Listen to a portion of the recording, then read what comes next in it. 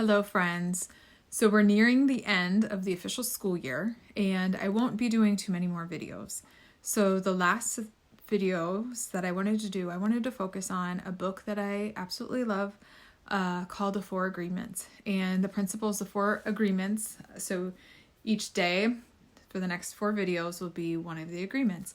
And those of you who have been to my office know that I have those on my wall because it's a good reminder. It's a good kind of grounding post where whatever issue comes in, whether it be my own or with maybe a teacher, an adult, or a student, to kind of reflect and see like where one of those principles might be we could focus on, and that could make the situation better.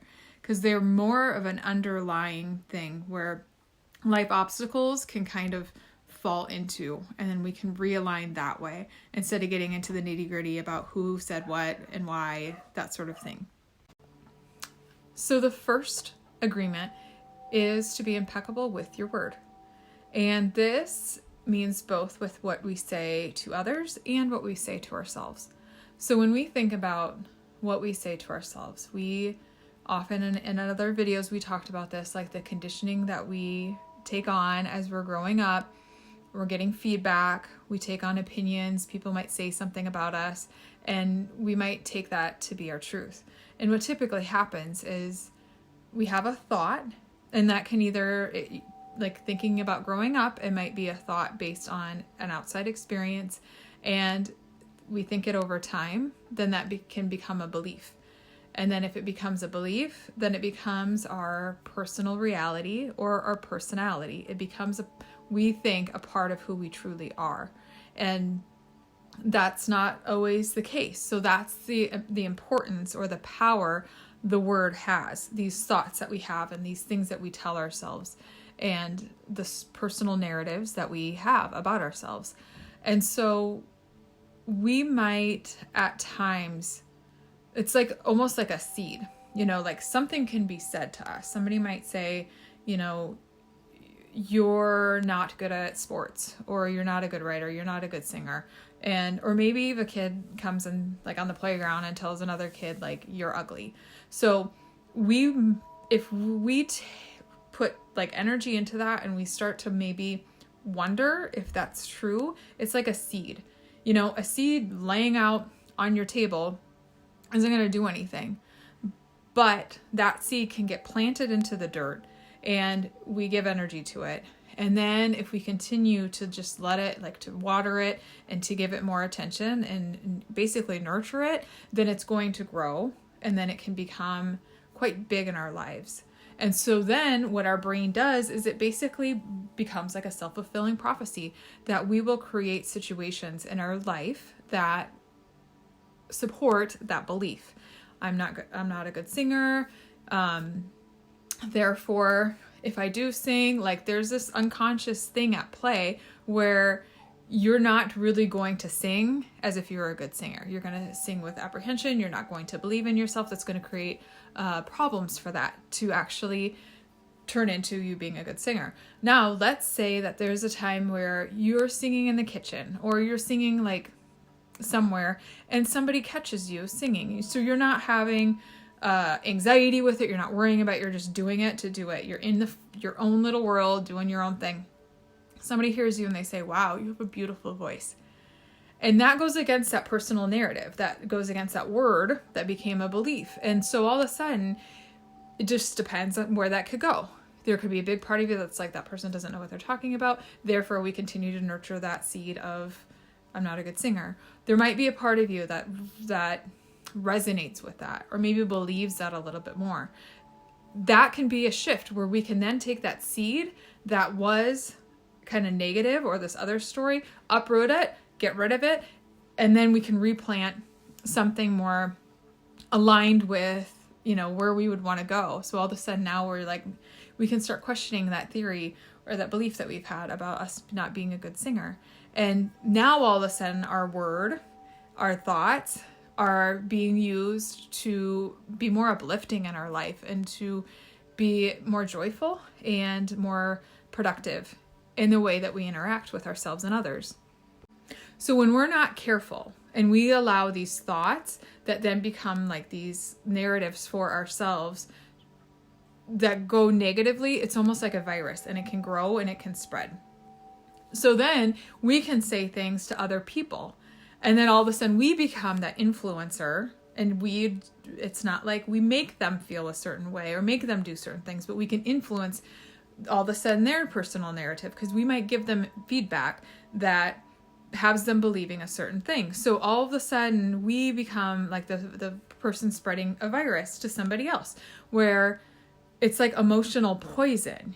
It's in if we're saying harsh things about other people behind their back or to their face, even if it's behind their back or we feel justified or whatever, it's still a poison that's within us.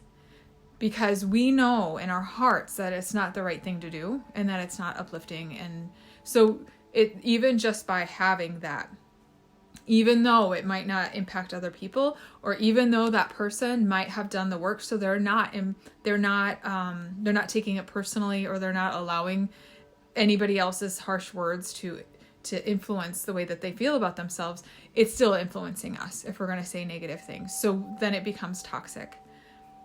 So that's just something to be very mindful of, is how are we using our words? Are we using them to be uplifting, or is it like emotional toxicity or like a virus that we're spreading?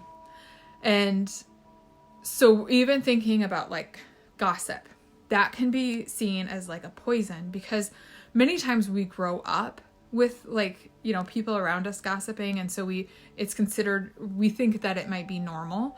And a lot of times it becomes a way of communication. So we almost feel like there's a sense of like bonding over stuff like that.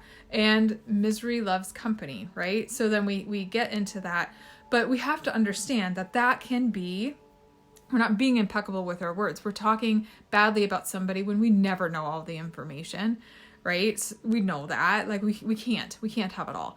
But also knowing that sometimes we can grab onto little pieces of information or misinformation, and we can spread that.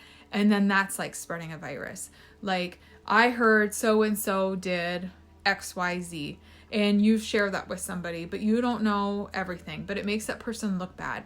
That next person might share it with somebody else, but then everybody's then getting a skewed version of this person or the situation that might not be based on any kind of reality. And so then that's where that toxicity, that virus that can spread, how contagious it can be and how impactful it can be, because then you're putting division in between relationships as well.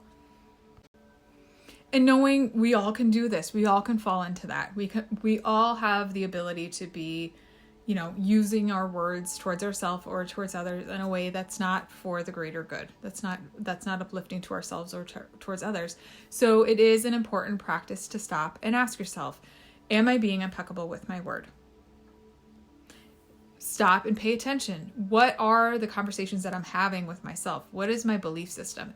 You can go deeper. Where did that come from? If there's certain things that you feel like, oh no, I can't do that. I go, like runners, I can't run. Well, why? Like if just because you've never run before, you weren't considered a runner before, challenge that. And that's just one example, but challenge it. What makes you think that you can't do something? Just because you've never done it before is not a really valid, that doesn't mean that you can't start it. So just even exploring those things, those limiting beliefs that we have about ourselves, like where did that come from? Why did I accept that as truth?